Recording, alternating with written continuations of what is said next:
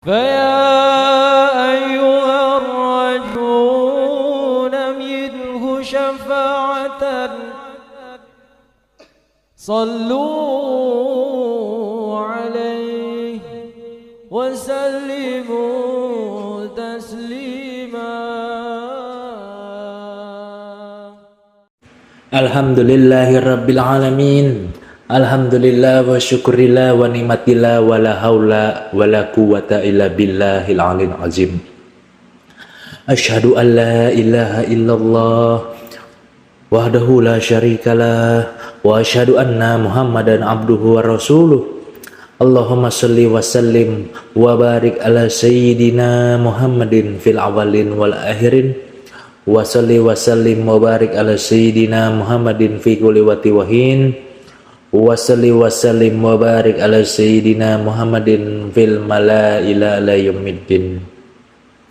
Subhanaka la ilma lana illa ma 'allamtana innaka antal alimul hakim. Rabbi shrah sadri wa yassir amri wahlul 'uqdatam min lisani yafqahu qawli. Ala ya'lamu man khalaqa wa huwa latiful khabir. Fakasyafna angka gitu aka babasaraka yaumal hadid. Amma ba'du. Usikum wa iyaya bitaqwallahi faqad fazal muttaqun. Saudara-saudari, Bapak Ibu yang dimuliakan oleh Allah Subhanahu wa taala, marilah kita sama-sama memanjatkan puji syukur kepada Allah Subhanahu wa taala atas segala nikmat Islam, iman, ihsan, wabil khusus sehat afiah, sehingga kita bisa dikumpulin lagi, mengaji lagi, belajar lagi. Salawat salam semoga tercurah kepada Habibana Sayyidina Muhammad Rasulullah sallallahu alaihi wasallam dan para sahabatnya yang agung, ahlul baitnya yang dicintainya, khususnya umatnya di akhir zaman ini. Amin ya rabbal alamin. Saudara-saudari yang dimuliakan oleh Allah Subhanahu wa taala, tak lupa juga kita berterima kasih kepada guru-guru kita, wabil khusus guru-guru agama yang telah bimbing kita pelan-pelan, yang dimana dulunya kita tidak tahu, kita tidak bisa baca Iqra sampai kita bisa mengaji Al-Quran. Semoga beliau yang ngajarin kita tentang ibadah-ibadah juga, tentang wudhu, tentang sholat, tentang apapun yang berkaitan dengan agama kita, dan kita yang diajar, diampuni segala dosa-dosanya, dihapuskan segala hilaf-hilafnya, amal ibadah kita yang penuh dengan kecacatan, semoga Allah Subhanahu wa taala menerima amal-amal kita nanti di yaumil qiyamah. Amin ya rabbal alamin. Alhamdulillahirabbil alamin. Pada malam hari ini kita masih melanjutkan pengajian kita tentang kitab Al-Hikam karya Syahid Natila Sekendari rahimahullahu ta'ala wa nafa'ana bihi wa bibarakatihi wa bi'ulami. Sebelum dilanjut, ada yang mau ditanyakan dulu kah? Gitu. Kemarin kita sudah bahas tentang pasal 2 di hikmah ke-13, hari ini nomor 3 di hikmah ke-13. Kita sudah memasuki 13 hikmah yang dimana harapan kami,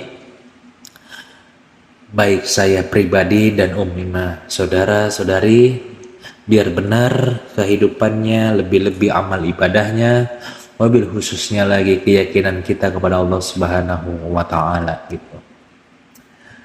Bila mana tidak ada, kita mulai. Bismillahirrahmanirrahim. Al-faslu salisa minal hikmatu salisa asyara minal hikamil ataiyah.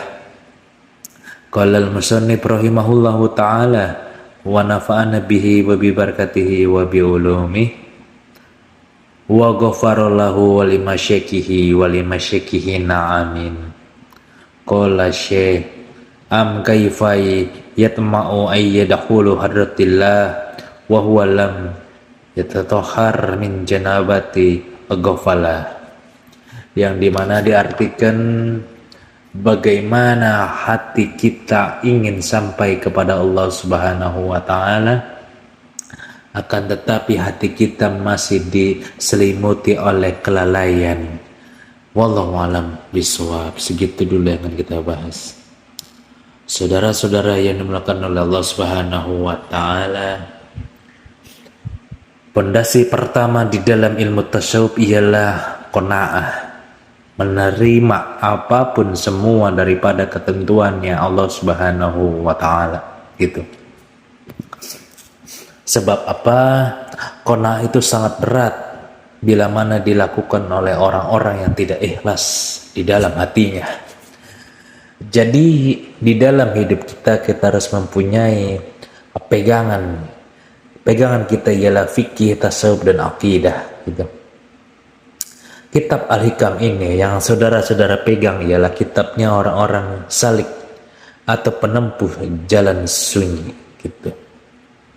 Bila mana tadi Syekh Ibnu Athaillah Sekandari mengatakan bagaimana mungkin ia bertamu ke hadiratnya Allah Subhanahu wa taala sedangkan dia masih belum bersuci daripada kejunubannya, daripada kelalaiannya terhadap dirinya, gitu. Saudara-saudara yang dimuliakan oleh Allah Subhanahu wa taala, orang junub itu dilarang masuk masjid. Orang junub dilarang masuk masjid. Begitupun orang yang hatinya junub, maka dia tidak dapat dekat dengan pada Allah Subhanahu wa taala, gitu. Orang junub itu apa? Tidak boleh masuk masjid.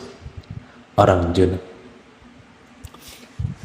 Bila mana hati kita junub, berarti kita tidak boleh memasuki hadiratnya Allah Subhanahu wa taala. Makna kata ghafalatih di sini ialah lalai. Lalai itu bukan lupa. Kalau lupa ialah sifat alami manusia. Sidi Adam alaihissalam itu lupa, wajar, maka dia mengucapkan doa yang sangat agung, yakni Rabbana zalamna. Itu kalau lupa. Tapi lalai di sini yang dimaksud atau ghaflah ialah kecenderungan menginginkan sesuatu secara berlebihan. Berarti pertama kita tulis dulu lalai, gitu, lalai.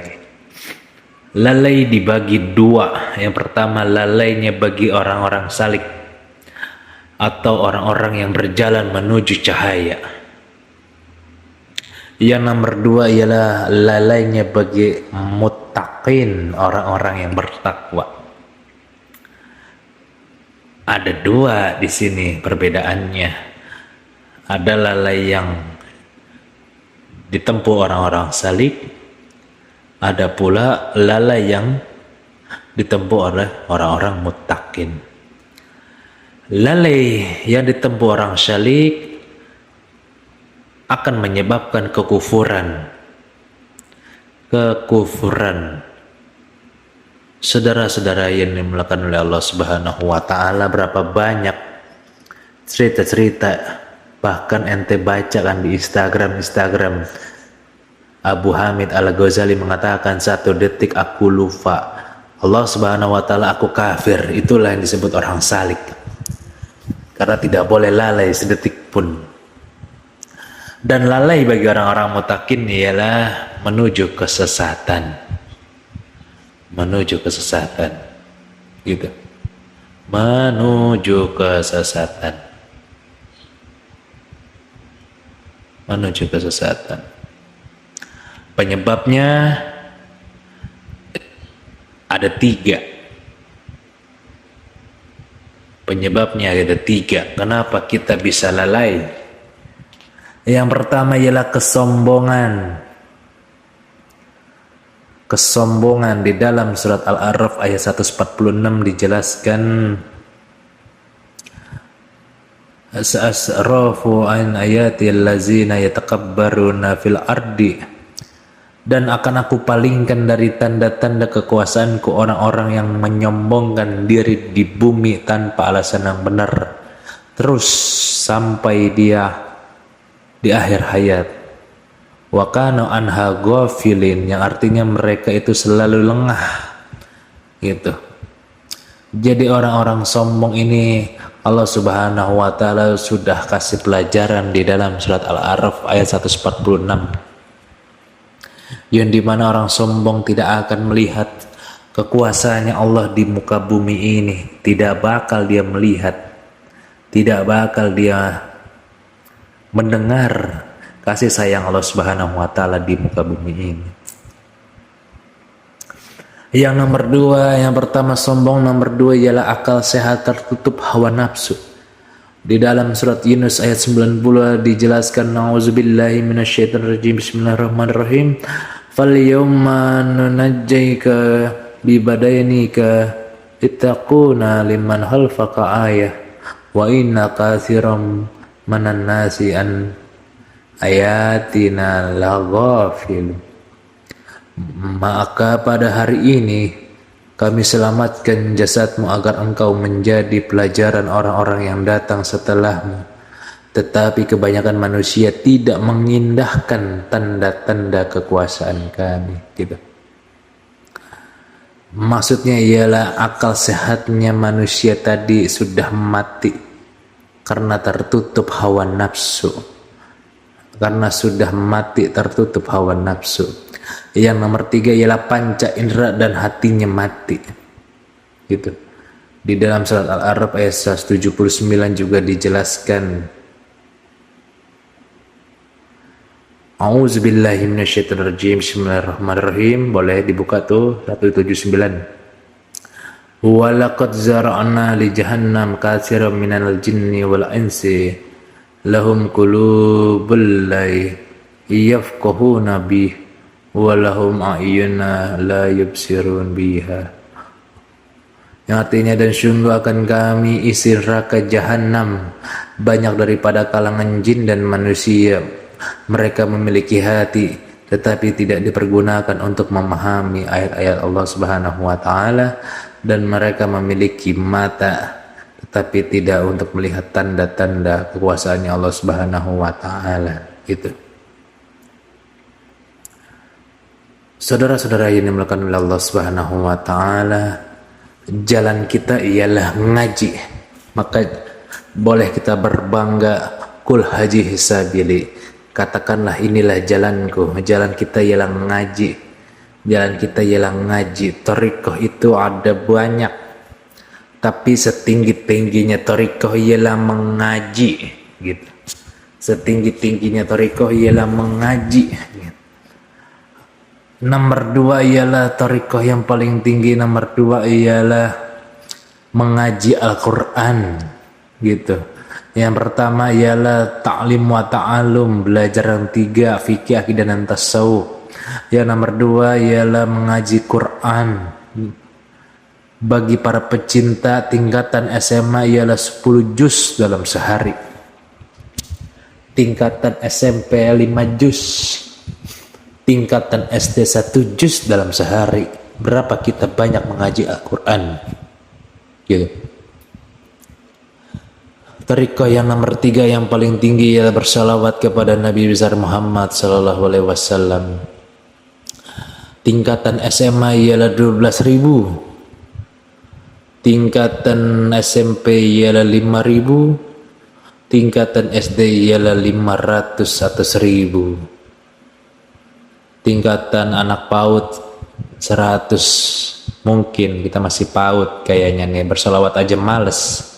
Lalu ada sholat sunnah setinggi-tingginya 1000 rakaat. Lalu ada puasa setinggi-tingginya Nabi Daud, puasa Nabi Daud.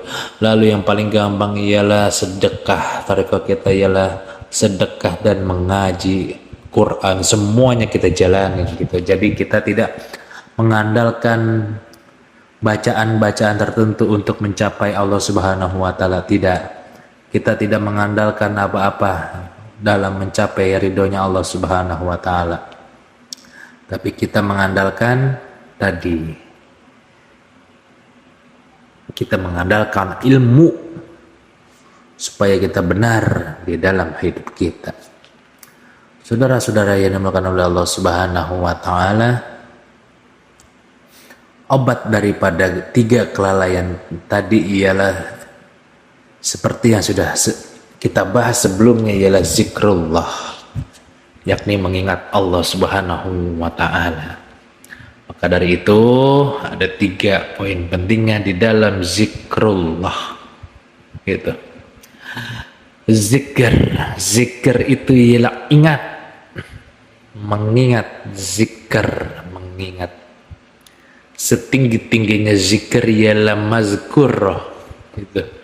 Mengingat Allah, bukan menyebut-nyebutnya lagi, tapi mengingat Allah Subhanahu wa taala. Yang pertama ialah pengertiannya zikir dalam pandangan ilmu. Lafaz yang sudah ada dari dulu ialah lafaz subhanallah. Para malaikatnya Allah Subhanahu wa taala sudah mengitari bumi ini dan mengucapkan subhanallah, subhanallah, subhanallah, subhanallah, atau artikan maha suci Allah, maha suci Allah, maha suci Allah. Yang dimana Allah Subhanahu wa taala itu suci. Kita malu kalau kita belum bersih. Kita dalam keadaan kotor hadap Allah Subhanahu wa taala gitu.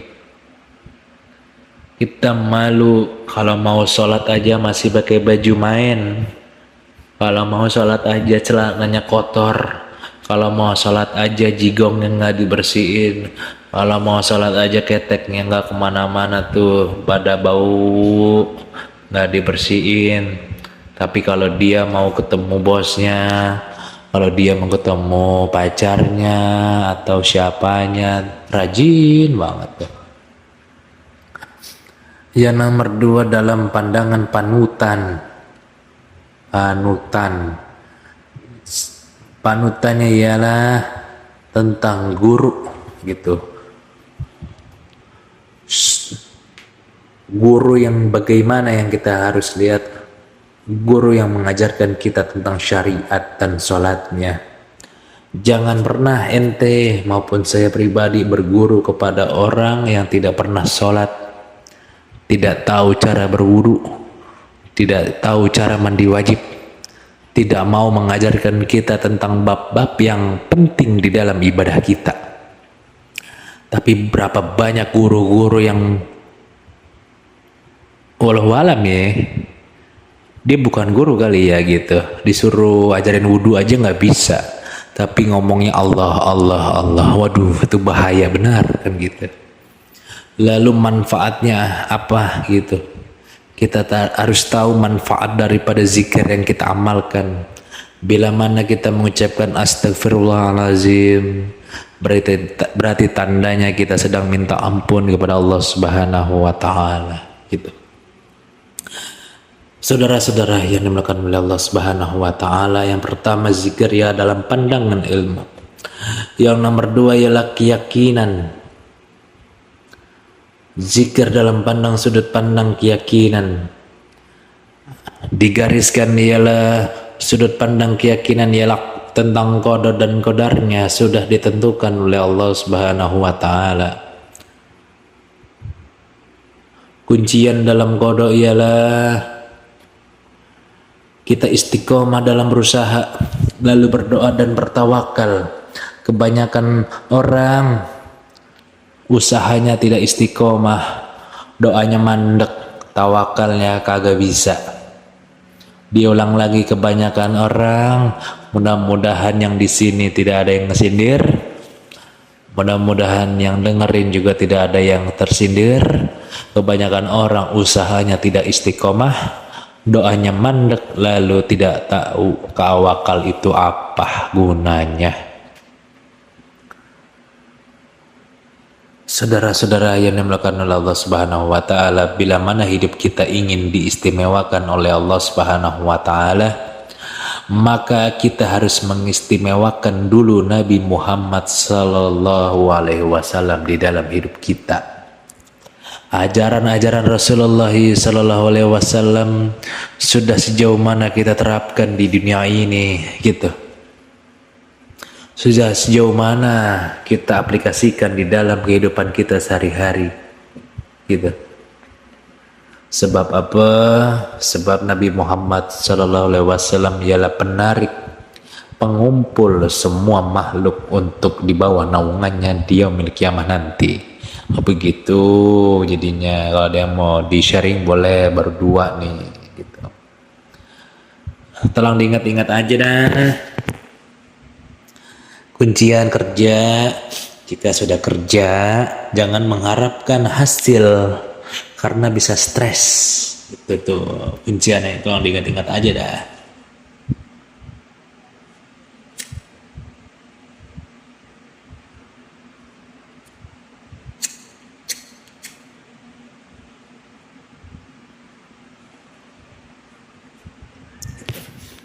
Gimana? Kita lanjut lagi. Yang nomor 3 ialah zikir atau karyanya. Gitu.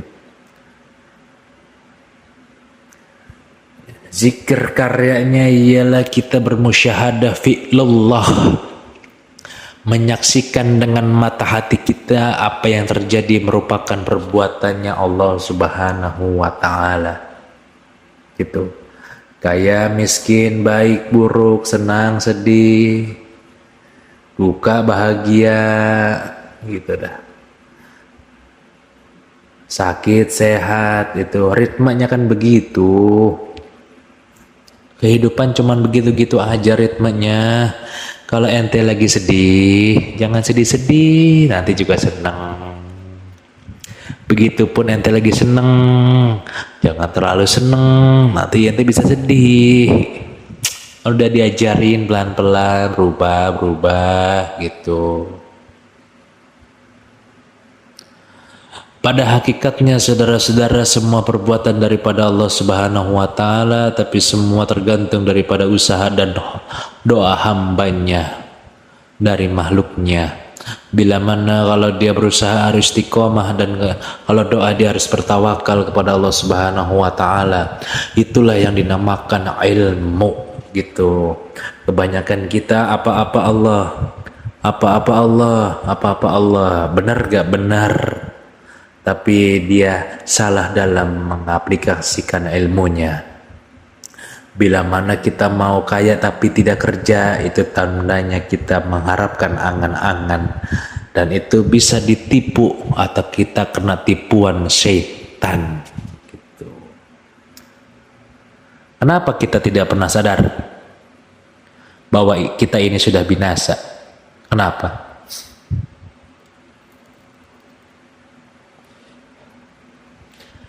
Karena dari awal atau sejak awal kita sudah menapaki jalan kebinasaan. Jadi sudah tidak ada keanehan dalam hidup kita gitu. Beda dengan wali-wali Allah Subhanahu wa Ta'ala. Ketika dia beribadah lalu tiba-tiba dia melakukan suatu maksiat, dia akan ditegur habis-habisan oleh Allah Subhanahu wa Ta'ala. Makanya kalau wali itu cepat baliknya. Kalau kita kan kalau udah nggak ngaji terus nggak ngaji, takut dia sama gurunya, padahal gurunya nggak makan orang kan gitu Gia, gurunya nggak makan orang kan, kecuali di sini kan ditebas tuh pakai pedang kan, pedang Sayyidina Ali kan gitu. Enggak, dia takut apa gimana nggak tahu dah gitu. Bagaimana saudara?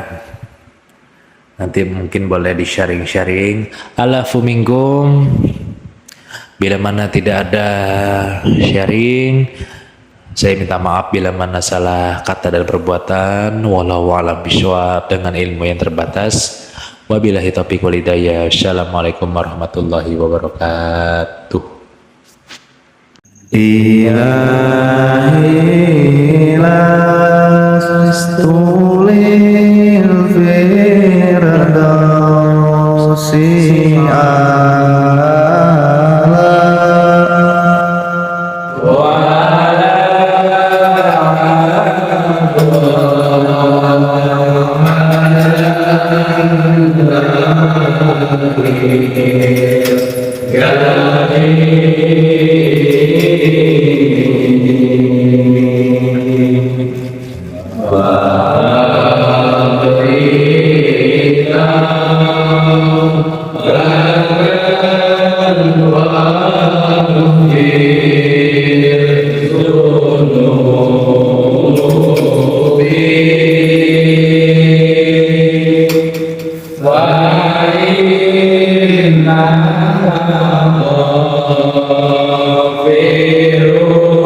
Firuzah